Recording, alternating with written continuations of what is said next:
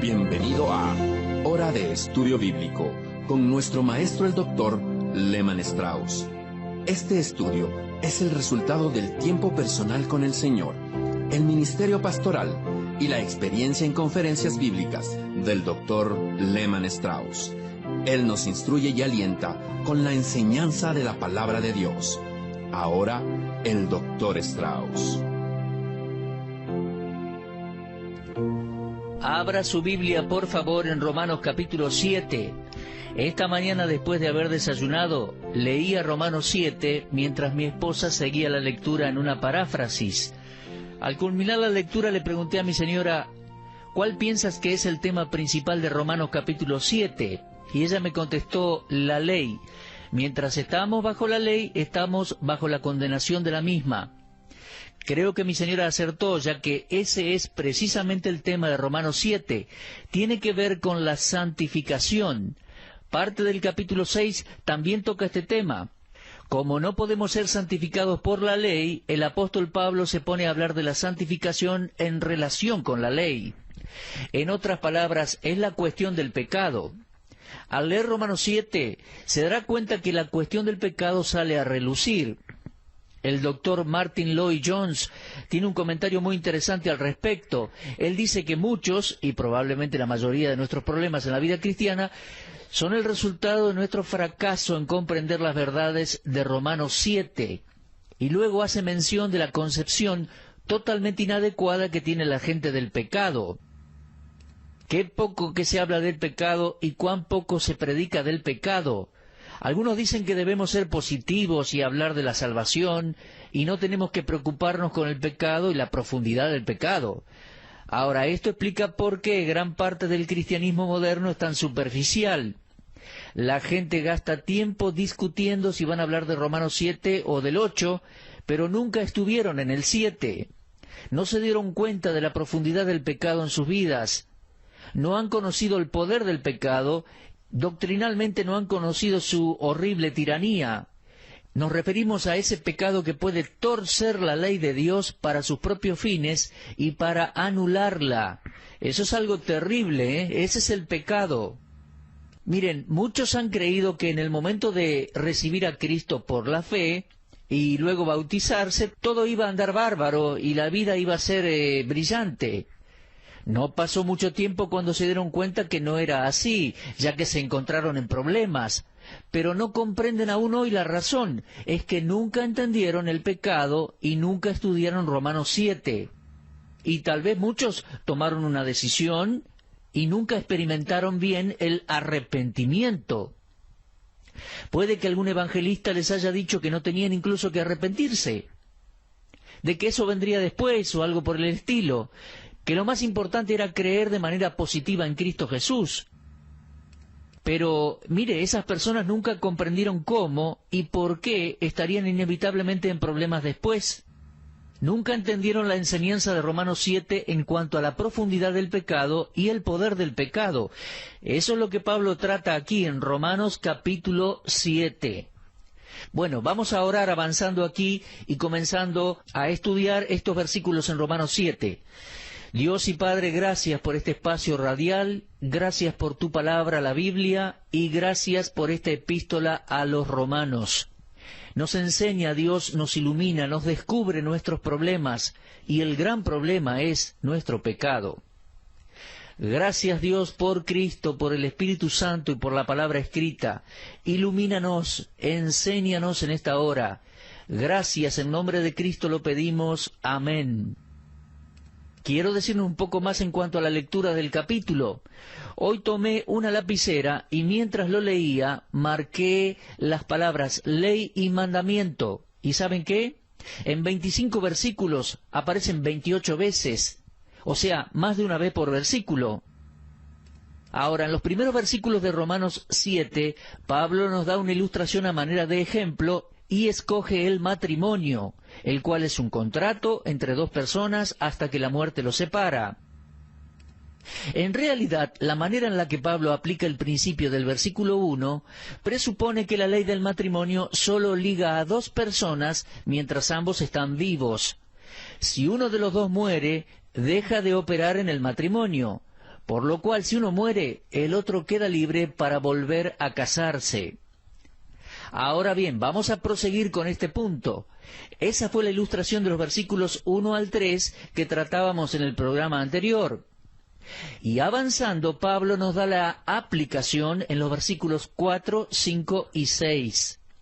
El Espíritu Santo ha utilizado la ilustración para mostrar qué sucede cuando un pecador recibe a Cristo como su Salvador y Señor. Esa persona muere a la ley. Ahora, si decimos que estamos casados con Cristo y vivimos bajo la ley, seríamos adúlteros espirituales. Ese es el punto del versículo 4. Dice, así también nosotros, hermanos míos, hemos muerto a la ley mediante el cuerpo de Cristo, para que seamos de otro, del que resucitó de los muertos, a fin de que llevemos fruto para Dios. Espero que no le incomode esta ilustración del matrimonio, sugiriendo la relación del creyente con Cristo.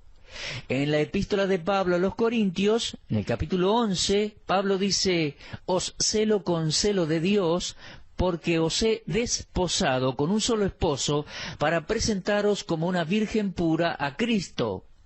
Creo que ahí Pablo está usando la relación matrimonial como ilustración. Dice que estamos ahora casados con Cristo. Bueno, es común en la Biblia ver a Cristo como el novio y la Iglesia, los creyentes, como la novia. Así que el matrimonio no es nada nuevo. La figura del matrimonio no es nada nuevo. En el Antiguo Testamento Israel aparece como la esposa de Jehová. Así que no es nada fuera de lo común encontrar esta ilustración en la Biblia sugiriendo la relación entre el creyente y Dios. Ahora, fíjese en el versículo 4, dice, así también vosotros, hermanos, Romanos 7:4, así también vosotros, hermanos míos, habéis muerto a la ley mediante el cuerpo de Cristo para que seáis de otro, del que resucitó de los muertos, a fin de que llevemos fruto para Dios. Por medio de la muerte del Señor Jesús y por nuestra unión con Él, hemos sido librados de la ley, ya que estamos muertos a la ley. Fuimos liberados para vivir eternamente unidos a Cristo. ¿Se da cuenta? Es una relación que no puede ser cortada. Recuerde, la relación matrimonial es rota por la muerte, pero como Cristo murió y luego resucitó para no morir nunca más, nuestra relación con Él es eterna. Pablo menciona esta verdad una y otra vez. Por ejemplo, en Colosenses 2, versículos 13 y 14 leemos, y a vosotros, estando muertos en pecados y en la incircuncisión de vuestra carne, os dio vida juntamente con Él, perdonándoos todos los pecados, anulando el acta de los decretos que había contra nosotros, que nos era contraria, quitándola del medio y clavándola en la cruz. Creo que el acta de decretos allí en Colosenses 2:14 es la ley de Moisés, y debemos recordar que la mayoría de los creyentes en la época de Pablo eran convertidos del judaísmo, y esos judíos y todo el pueblo de Israel estaban casados con la ley mosaica, pero solo hasta que el Señor Jesucristo murió en la cruz. Ni bien un judío o gentil recibe a Cristo como Salvador, su responsabilidad con la ley termina, porque ahora está unido al Señor crucificado y resucitado. Si usted ha nacido de nuevo, entonces el Señor resucitado es su nuevo esposo, su nuevo amo y Señor, y la ley de su amor es la regla de la vida. Lea ese pasaje en 2 Corintios 11:2 de nuevo. Y también podemos leer allí en Efesios 5, 22 y 23, donde Pablo comienza a hablar de la ley del amor divino gobernando a los que pertenecen a Cristo. Ahora, es verdad que estamos bajo la ley de Cristo, tal como lo dice 1 Corintios 9, 21, y también lo vemos en Gálatas 6, 2, pero se trata de la ley de Cristo, no la ley de Moisés. Es un nuevo mandamiento, su nuevo mandamiento de amarnos. Lo leemos en Juan 13:34. El Señor dijo así, un mandamiento nuevo os doy, que os améis unos a otros como yo os he amado, que también os améis unos a otros. ¿Se da cuenta? Cristo es el fin, la meta, el cumplimiento de la ley de Moisés, según Romanos 10:4. Y ahora, la suma total de las leyes divinas se expresa en una sola palabra: amor, su amor. La ley de Moisés debe dar lugar a la ley de Cristo, la cual es la ley del amor. Ahora, esta sección de la epístola de Romanos comienza con el capítulo 6. No debemos olvidarnos eso al fijarnos en el versículo que vamos a estudiar aquí en Romanos 7. En esta simple ilustración del matrimonio aprendemos que al morir el marido, la esposa es libre de casarse nuevamente, pero nunca puede hacerlo mientras el marido vive. Y esa ilustración se aplica a nosotros los creyentes, mis amigos. Nosotros, los que somos de Cristo, también morimos a la ley por el cuerpo de Cristo. Somos muertos a la ley, según Romanos 7:4. Y somos muertos por el cuerpo de Cristo. Subraye eso en su Biblia. La ley ya no tiene un derecho sobre nosotros. Hemos sido incorporados al cuerpo de Cristo. Y ahora que somos parte de Él, Él es la cabeza, nosotros los miembros del cuerpo. La ley no nos puede demandar nada. Ahora, cuidado, no estamos sin ley. No somos desobedientes, sino que ahora somos controlados por una nueva ley, la ley del amor, el Señor mismo. Cuando la cabeza del cuerpo murió, compartimos su muerte. Cuando la cabeza del cuerpo resucitó de los muertos, compartimos su resurrección.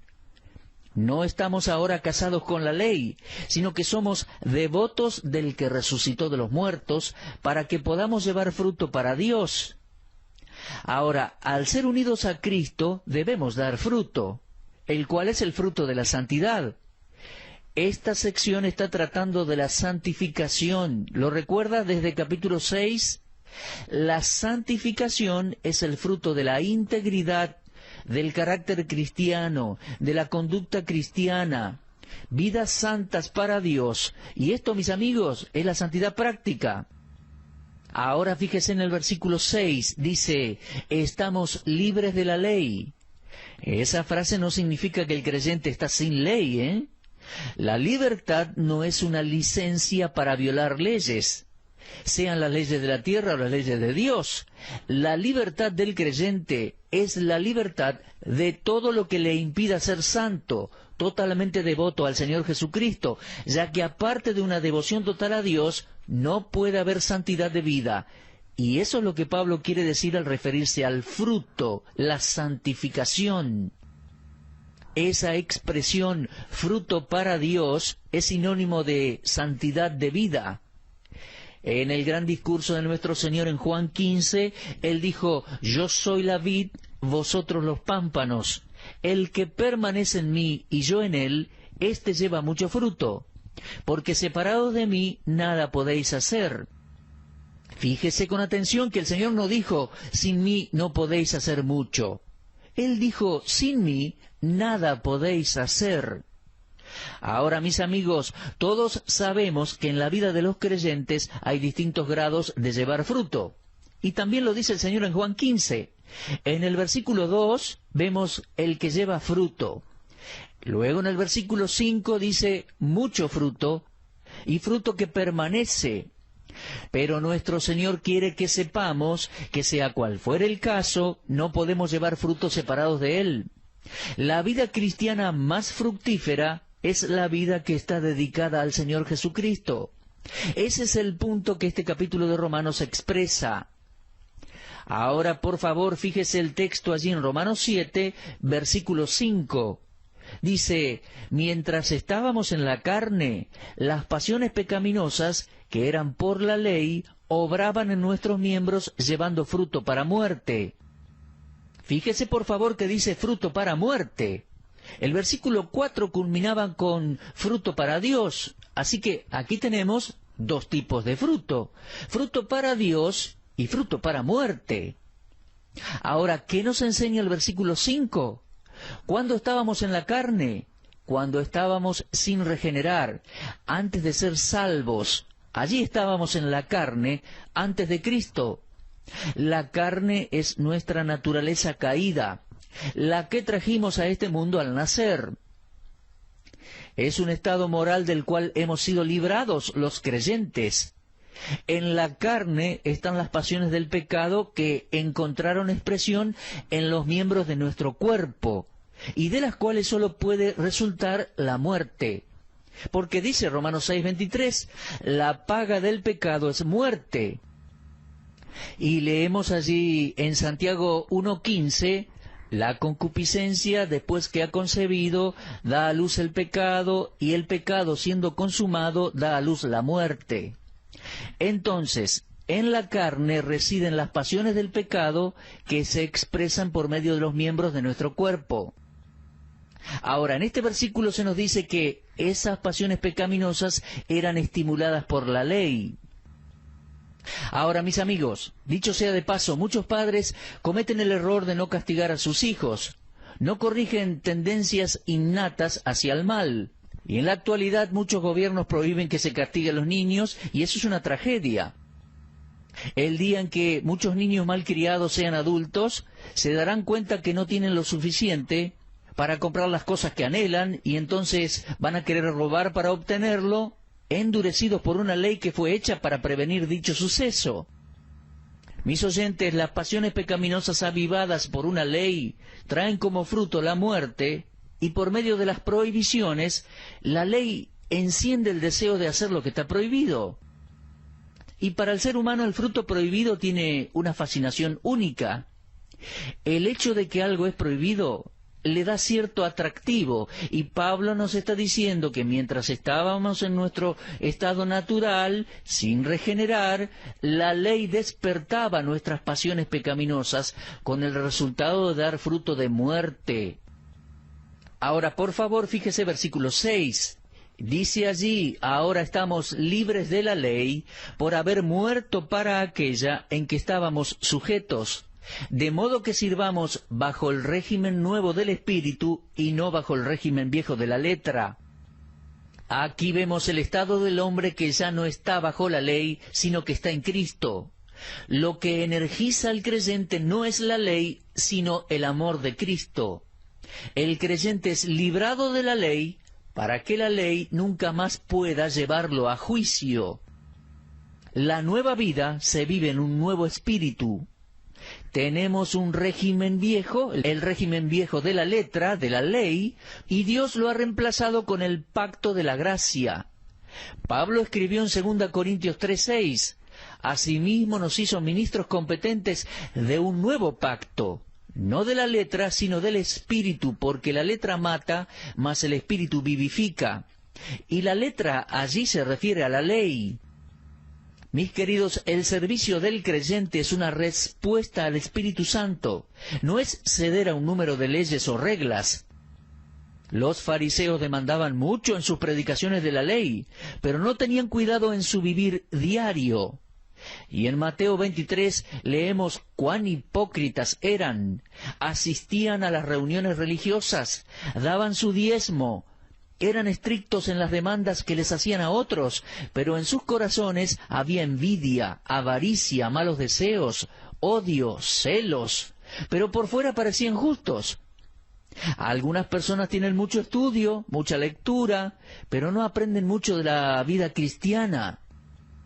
El punto de este pasaje con su simbolismo tiene que ver con la santidad y la santificación. Ahora, mis amigos, estamos casados con otro, con el Señor Jesucristo. ¿Y para qué? Para dar fruto para Dios con un espíritu nuevo. No estamos bajo la ley, sino bajo la gracia. El creyente no va a hacer ciertas cosas ahora, no porque haya una ley en contra, sino porque su nueva vida en Cristo y en el Espíritu Santo lo llama y conduce a hacer cosas mejores. Es maravilloso ser un hijo de Dios. Es maravilloso ver la enseñanza de la gracia. Es maravilloso saber que ya no estamos atados a una lista de reglas para cumplir. que no vivimos más bajo ciertas cosas que se deben hacer y ciertas cosas que no, porque nuestra devoción a Cristo nos hizo, por medio de nuestra unión con Él al nacer de nuevo, nos hizo que llevemos fruto para Dios, y eso es santidad de vida. El ser libre de la ley significa que tenemos la libertad de hacer lo correcto por el poder del Cristo viviente, a quien hemos sido unidos por la fe. Nos hemos casado con Cristo y ahora somos suyos para siempre. De la misma manera que la relación matrimonial de los primeros versículos nos liga hasta la muerte y no puede romperse, ya que el que se casa o vive con otro cónyuge sería un adúltero, la Biblia nos enseña que no podemos desasociarnos de Cristo, porque Él murió y resucitó para no morir más. Por ende, nuestra relación con Cristo es eterna.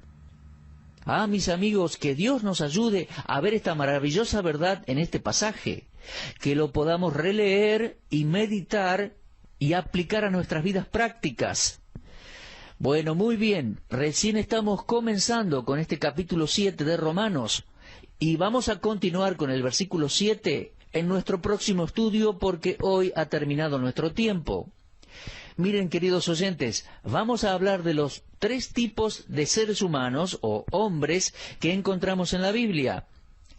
El hombre natural y luego, como creyentes, el hombre carnal y el hombre espiritual. Y esto nos va a ayudar a comprender mejor Romanos 7 e incluso comprender mejor nuestras vidas y nuestras vidas cristianas.